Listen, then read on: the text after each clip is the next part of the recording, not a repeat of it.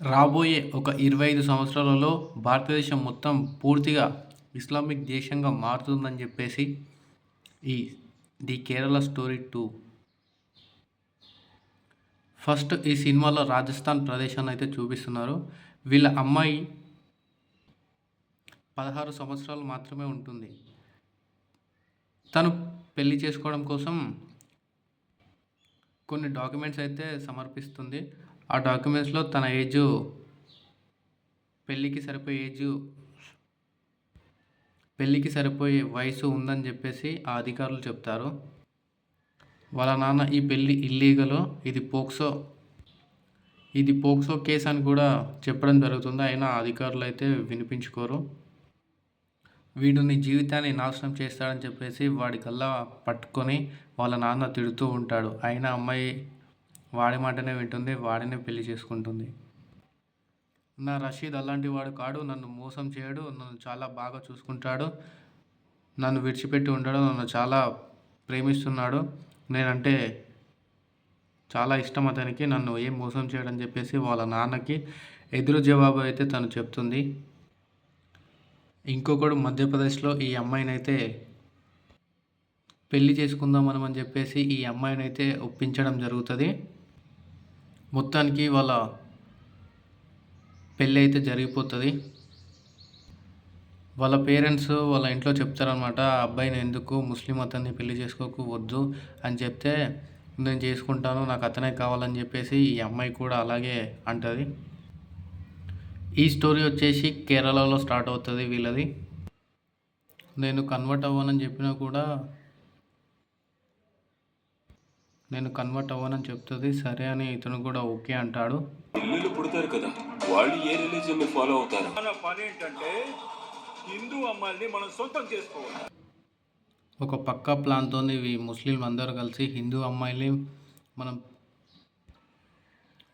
అమ్మాయిలందరినీ మనం సొంతం చేసుకోవాలని చెప్పేసి వీళ్ళు ఒక పక్కా ప్లాన్తోనే రావడం జరుగుతుంది. తను ఇలా రీల్స్ చేసుకుంటూ ఉంటుందన్నమాట. రీల్స్ చేసుకుంటూ ఉంటే వచ్చి అది విరగొడతాడు అనమాట. ఏంటి అని అడిగితే, మా దాంట్లో ఆడడం పాడడం ఇలాంటివన్నీ ఉండవు, ఇలాంటివన్నీ చేయకూడదని చెప్తాడు. ఇది మోసం అని చెప్పేసి తను అనడం జరుగుతుంది. ద్రోహం చేస్తున్నాం అనేసరికి వాడు అలా గొంతు పట్టుకొని గోడకు వేస్తాడు. గోడకేసి తనని బాగా కొడతాడనమాట. అమ్మాయి అని కూడా చూడకుండా వాడు ఎలా కొడతాడంటే అబ్బా ఘోరం అసలు. ఒక్కరోజైనా, ఒక్క నిమిషమైనా, ఒక్క సెకండ్ అయినా నువ్వు నన్ను ప్రేమించావా లేదా, నిన్ను నమ్మి వస్తే ఇలా చేస్తావా అని చెప్పేసి తను చాలా బాధపడుతూ ఏడ్చుకుంటూ వాడినైతే అడగడం జరుగుతుంది. ఆ అమ్మాయిని అయితే ఒక గదిలో పెట్టేసి లాక్ చేసుకొని అయితే వాడు వెళ్ళిపోవడం జరుగుతుంది. ఆకలితోనైనా చనిపోతానేమో కానీ నేను ఈ బీఫ్ తిననని చెప్పేసి ఆ ప్లేట్ని అయితే తను తన్నడం జరుగుతుంది. కానీ ఎంత దారుణం అంటే ఇది అసలు.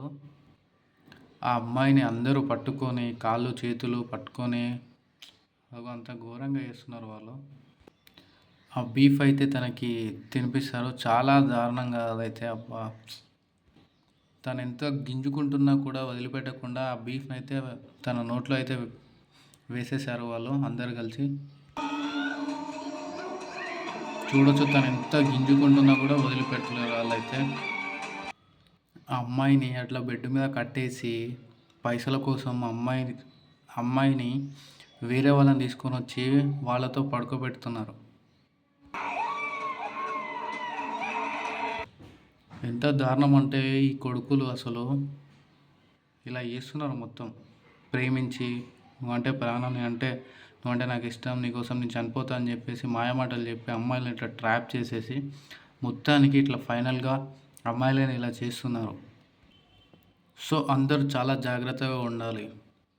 ఎవరైనా నేను పెళ్లి చేసుకుంటా అని చెప్తే వాడిని గుడ్డిగా నమ్మకండి. గుడ్డిగా నమ్మి వెళ్ళిపోయి ఇలాంటి ఘోరాలు, ఇలాంటి బాధలు అయితే చాలా ఉంటాయి. చాలా జాగ్రత్తగా ఉండాలి బయటకు వచ్చినప్పుడు. వీళ్ళని అస్సలు నమ్మకూడదు మనం. వీళ్ళ ముగ్గురు జీవితాలు అయితే మొత్తానికి నాశనం అయిపోతాయి. వాళ్ళు చెప్పినట్టు వినాలి. వాళ్ళు చెప్పినట్టు వినకపోతే వాళ్ళని కొట్టడము, చేయడము, వాళ్ళు వినకపోతే వేరే వాళ్ళతోని పడుకోబెట్టడం వాళ్ళని. వీళ్ళని పడుకోబెట్టి వాళ్ళు పైసలు తీసుకుంటారు. ఇలాంటి సైకోగాళ్ళు ఇట్లా ఉన్నారనమాట మన హిందూ అమ్మాయిల మీద. చాలా జాగ్రత్తగా ఉండండి.